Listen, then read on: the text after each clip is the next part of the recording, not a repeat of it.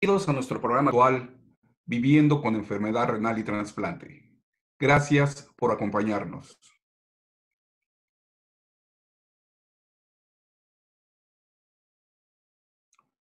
Nuestra misión. La Fundación Nacional del Riñón en Illinois mejora la salud y el bienestar de las personas en riesgo o afectadas por la enfermedad renal a través de la prevención, la educación y el empoderamiento.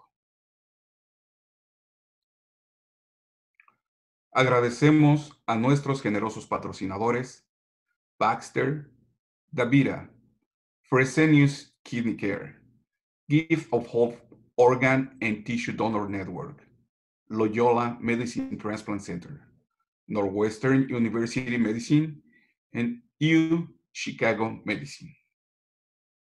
Nuestro siguiente tópico es, ya tengo mi trasplante, ¿y ahora qué? El cual está a cargo de la doctora Raquel García Roca, quien es cirujano de trasplante en Loyola University Medical Center. Muchas gracias, doctora García Roca, por participar con nosotros. Adelante. Bienvenido a estas series de trasplante. Soy la doctora Raquel García Roca, soy cirujano de trasplante en la Universidad de Loyola. Voy a hablar de lo que ocurre después del trasplante. El trasplante se realiza para no tener que ir a diálisis, mejorando la calidad de vida, pero también para vivir más tiempo y mejora la longevidad del paciente. El trasplante renal no es una curación de la enfermedad o del fallo renal, sino un tratamiento muy efectivo del fallo renal. El paciente va a tener que continuar con visitas al médico y al especialista renal para continuar el tratamiento de la enfermedad que causó el fallo renal. El trasplante tiene un beneficio sobre permanecer en diálisis. En esta gráfica podemos observar que pacientes trasplantados tienen una ventaja de varios años de sobrevida sobre pacientes que permanecen en diálisis. Por grupos de edad puedes ver que cuando uno entra en diálisis a los, por ejemplo, 30 años, tiene una sobrevida de unos 15 años más. En cambio, si se hace un trasplante, esa sobrevida puede llegar hasta unos 30 años más, es decir, que extiende la vida unos más o menos 18 años. Cuando vamos a los grupos de edad más avanzada, a los 65 años, cuando uno entra en diálisis, tiene una esperanza de vida más o menos de 5 años. Y en cambio, el trasplante renal aumenta esa esperanza de vida unos 7 años más sobre la diálisis cuando se realiza un trasplante. Hay dos tipos de trasplante: donante cadavérico, para el cual necesita un riñón que es donado después de la muerte. La lista de espera en Illinois es de 5 a 7 años y estos trasplantes suelen durar más o menos unos 10 años. También se puede obtener un donante vivo. Para ello, el donante no tiene por qué estar relacionado, no tiene que ser un familiar directo. No hace falta esperar en la lista de espera. Tan pronto como el donante es compatible, se puede trasplantar sin tener que esperar esos 5 a 10 años. Y este riñón pues, tiene una media de duración de unos 15 años.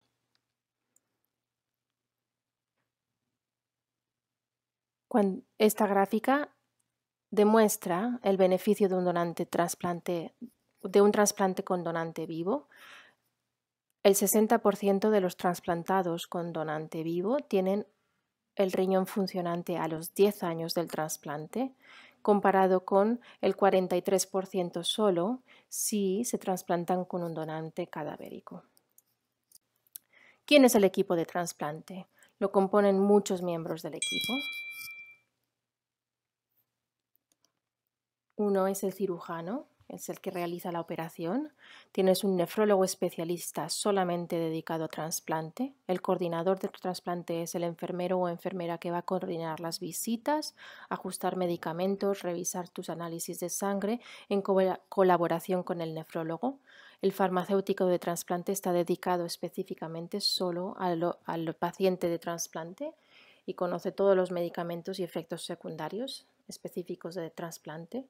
Tenemos un equipo de nutricionistas y trabajadores sociales dedicados también solamente a este tipo de función.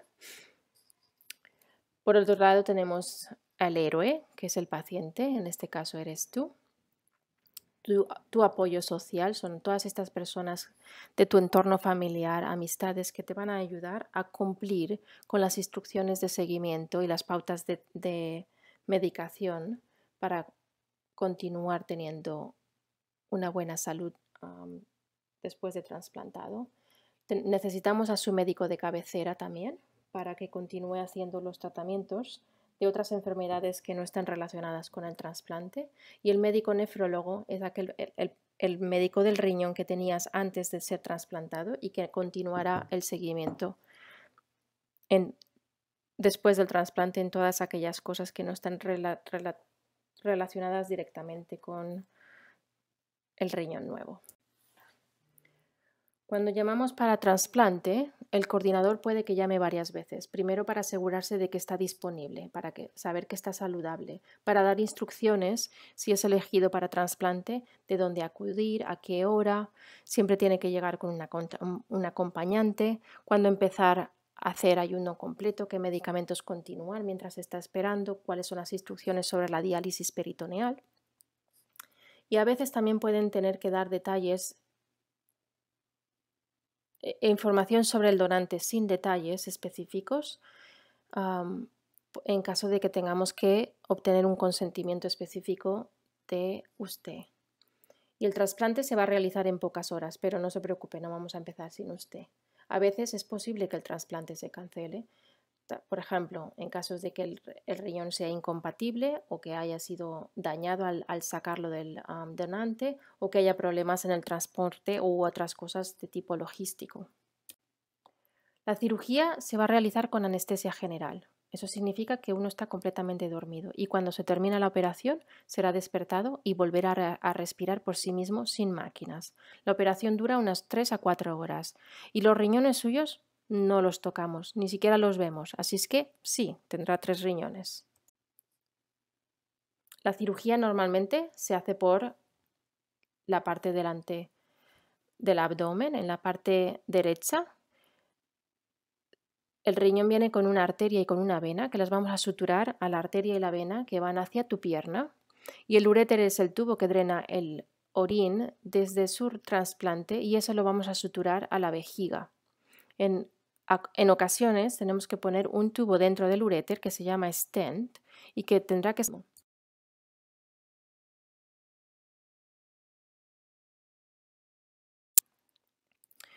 Se espera que vaya a pasar unos 3 a 4 días en el hospital, tal vez una noche en cuidados intensivos, lo que llaman el ICU, y 2 o 3 noches en el hospital. Al salir del quirófano vas a tener una sonda en la vejiga para drenar el pipí, normalmente 3 días. Estos 3 días no es negociable.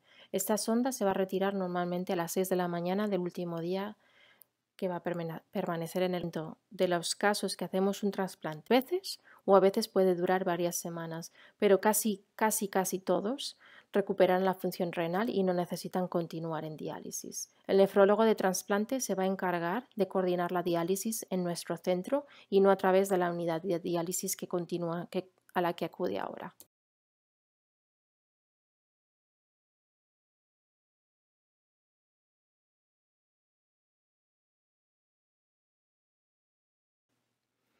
Pueden haber complicaciones con el trasplante. Tenemos aquí hemorragia, es decir, sangrado. Hay más riesgo en pacientes que toman aspirina o medicamentos que hacen la sangre fina, como por ejemplo el Coumadin, Plavix, Xarelto. Hay otras complicaciones de las suturas vasculares. Puede haber un coágulo en la vena o en la arteria, que ocurre en menos del 1%, y que significa que si hay algún problema tengamos que operar inmediatamente. Nosotros hacemos un ultrasonido en el trasplante para asegurarnos de que todo está bien y si hay alguna duda, operaremos. Hay otras complicaciones, por ejemplo, como colecciones que se forman alrededor del riñón. Hay veces que necesitamos poner un tubo de drenaje para evitar que esta colección comprima al riñón. Puede ocurrir que por el exceso de líquidos que damos durante el trasplante se puede descontrolar la presión arterial, también se puede descontrolar la diabetes por culpa de los esteroides que damos al trasplantar y pueden haber consecuencias por intolerancia de algunos de los medicamentos que damos para el trasplante. Antes de que se vaya a casa vamos a dar mucha educación. Cuando reciba la educación, necesita una persona de su soporte social que atienda a esta educación. Y se va a educar sobre todos los medicamentos nuevos que vas a necesitar para el trasplante. Te van a indicar cuáles son las citas que necesitas para ver al nefrólogo de trasplante una vez dado de alta, y te vamos a dar un libro de educación post-trasplante para que puedas consultar cosas cuando estés en la casa. El equipo de trasplante entero va a hacer varias visitas diarias. Esto va a incluir un trabajador social, por ejemplo, que va a ayudar con barreras tipo transporte o necesidades de equipo médico en la casa. El nutricionista te va a dar nuevas instrucciones si necesitas hacer cambios en la dieta. Por ejemplo, a lo mejor no hace falta hacer restricciones de sal o de potasio, habrá que incrementar la cantidad de magnesio o fósforo en la dieta. Y nuestro farmacéutico especialista en trasplante también va a preparar todos los medicamentos y te los va a dar todos antes de darse de alta. Las visitas post-trasplante son frecuentes al principio. En el primer año vas a tener que sacarte sangre y visitar al nefrólogo 2 o 3 veces a la semana durante un mes. Después, una vez a la semana en las siguientes 4 o 6 semanas del trasplante. Y poco a poco las visitas se van a hacer cada 2 semanas, una vez al mes, luego cada vez más separadas y hasta llegar al año. A partir del año de trasplante vamos a hacer la transición con el nefrólogo local, y nosotros en el centro de trasplante continuaremos con visitas y análisis de sangre cada 3 a 6 meses. El equipo de trasplante, a pesar de estar, con su nefrólogo local, nosotros vamos a estar siempre disponibles para dar consejos sobre medicamentos y problemas relacionados con el trasplante que puedan surgir. ¿Qué es lo que cambia después del trasplante? Hay más libertad, no hace falta no hay que ir a diálisis 3 veces a la semana. Hay libertad con la dieta. Lo más común es no necesitar tener restricciones de potasio o de fósforo. El consumo de sal a veces puede ser más liberal si tiene la presión arterial controlada, y puede tomar mucha más agua y otros líquidos sin tener limitaciones como las tiene en diálisis. Se puede realizar actividad física, generalmente limitada en las primeras 12 semanas después del trasplante, pero luego no tienen que haber restricciones. Se puede viajar sin limitaciones, se puede volver a trabajar también sin limitaciones de tiempo, y no afecta la capacidad de tener familia. ¿Cómo hace uno para cuidar el trasplante? Hay que seguir todas las instrucciones de su nefrólogo de trasplante y de su coordinador. Hay que atender a todas las visitas con el médico y a todas las citas para hacerse análisis de sangre. Hay que tener todos los medicamentos y pedir nuevos medicamentos antes de que se te terminen. Hay que seguir las restricciones de dieta. Hay que hacer preguntas cuando tenga dudas y confirmar instrucciones si no las ha entendido. Si tiene que cancelar alguna visita, tiene que llamar y avisar para que podamos hacer una nueva visita. Si pone enfermo o está en el hospital, avisa al coordinador. Así nosotros podemos asegurarnos de que las cosas están yendo bien y dar consejo a tus médicos.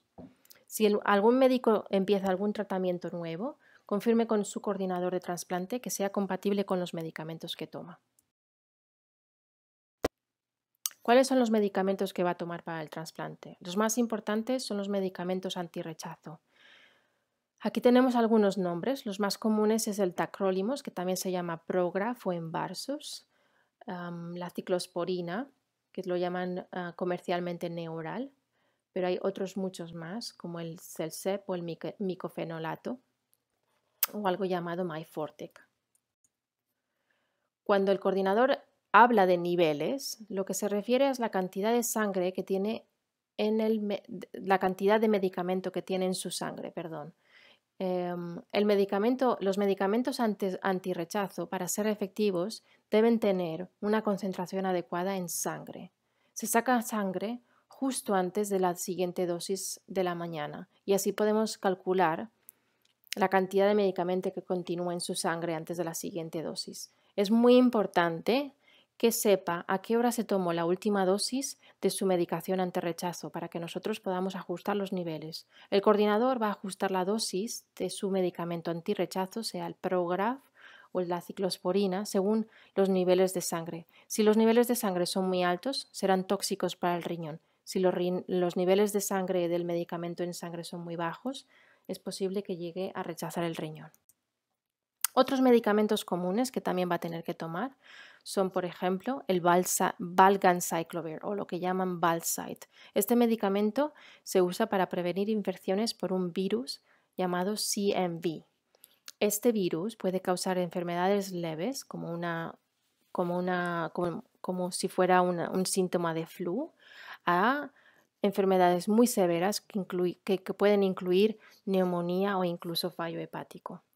Según el riesgo que tiene usted en comparación con el donante, estos medicamentos deberán ser tomados hasta 6 meses después del trasplante y deben ser ajustados ocasionalmente porque pueden causar bajada en la cuenta de los glóbulos blancos en sangre. El Bactrim también se tiene que tomar durante un año después del trasplante y previene infecciones oportunistas que pueden causar una neumonía severa e incluso la muerte.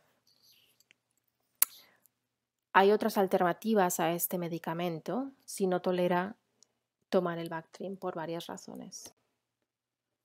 ¿Por qué necesito tantas medicinas? El trasplante de riñón no es una cura de la enfermedad renal, sino un tratamiento alternativo y para mantenerlo habrá que continuar tomando medicamentos. Pero va a tener que continuar los medicamentos para tratar la presión arterial o la diabetes, tratamiento de la anemia, tratamiento del hiperparatiroidismo, del metabolismo de calcio, de fósforo y de la vitamina D. Todo eso va a continuar.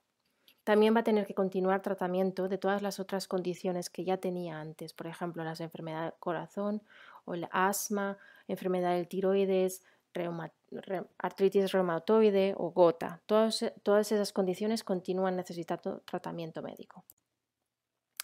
¿Cómo hago para acordarme de todo? Hay varias formas de acordarse. Nosotros le vamos a dar una lista de todos los medicamentos, de lo que hacen, para qué sirven, cuáles son los efectos secundarios y a qué horas y qué cantidades tiene que tomarse. También puede usar un dispensador de tabletas, puede poner una alarma para recordarse de que tiene que tomar los medicamentos, pero lo más importante es crear una rutina al día, que es lo que hace por la mañana. Me levanto, me tomo un desayuno y me tomo mis medicamentos. Y antes de dormir me tomo mis medicamentos. Si continúa la misma rutina diaria, seguro que no se va a olvidar de nada. ¿Cuáles son las complicaciones a largo plazo? Hay condiciones que tienen más.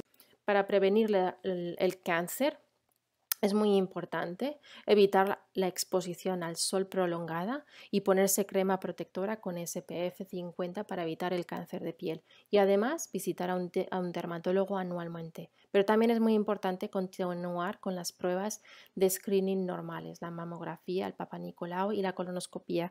Y eso todo es indicado por su médico de cabecera. Algunas preguntas comunes. ¿Qué pasa con las vacunas? Hay algunas vacunas que sí que son recomendadas después del trasplante. Por ejemplo, la vacuna contra la influenza debe ser tomada todos los años y la vacuna contra la neumonía cada 3 a 5 años. Hay otras vacunas que son seguras después del trasplante si las necesita, pero no son absolutamente obligatorias. Por ejemplo, la vacuna del tétanos, la hepatitis B si no la tiene, vacunas contra el herpes zóster. Hay unas vacunas que no se pueden usar porque son virus vivo o atenuado. Por ejemplo, la vacuna contra la influenza inhalada, las vacunas contra la tuberculosis, la fiebre amarilla, la tifoidea. Se puede viajar, pero hay que estar preparado. Hay que viajar con todos sus medicamentos y hay que planear tener suficientes por si acaso hay algún imprevisto y el viaje tiene que durar más tiempo. Hay que asegurarse de que según la zona donde vaya a viajar no necesite ningún tipo de vacuna especial y tiene que tener un plan por si ocurre alguna complicación o se enferma, dónde acudir, con quién hablar, si me cubre el seguro y tener algunas medicaciones por si acaso, por ejemplo, si tiene diarrea, náuseas, vómitos, dolor de cabeza, acidez de estómago, debe llevar algunos medicamentos para poder tratarse. ¿Se puede tener hijos después del trasplante? Sí, lo más ideal sería esperar un año después del trasplante. Algunos de los medicamentos antirrechazo causan defectos en el embrión en las primeras 8 semanas de gestación. Si está haciendo planes, la medicación tiene que ser modificada para prevenir daños al embrión en las fases de formación. Si no está planeando y resulta embarazada, también deberíamos cambiar la medicación lo antes posible al saber de su embarazo para evitar cualquier daño. ¿Cuáles son las causas que puede ocasionar que el trasplante falle? El rechazo ocurre cuando uno no toma los medicamentos. Puede ocurrir a pesar de que se están tomando los medicamentos, pero es más frecuente en pacientes de alto riesgo. La mayoría es irreversible si se detecta a tiempo y por eso continuamos haciendo visitas a pesar de que hayan pasado muchos años después del trasplante. Puede ser que ocurra la enfermedad original que causó el fallo renal puede recurrir en el trasplante nuevo. También puede haber enfermedad nueva que aparezca en el trasplante renal, por ejemplo, enfermedad causada por la diabetes, por la hipertensión, por gota. Puede ser porque hay toxicidad en el trasplante nuevo o por algún virus que pueda atacar al tejido renal. Si me falla el riñón, ¿puedo tener otro? Sí, pero hay algunas condiciones. Número 1, va a tener que volver a pasar por todo el proceso de evaluación y asegurarnos de su situación está estable y que tiene que pasar de nuevo por todas las pruebas de investigación y por las visitas médicas y tener que volver a calificar para ser puesto en la lista de espera. Si no ha cumplido las normas y por eso ha fallado, necesitaremos ver que sigue como mínimo 6 meses todas las pautas antes de volver a considerar ser enlistado para trasplante. Muchísimas gracias y por favor manténganse a salvo frente a este COVID.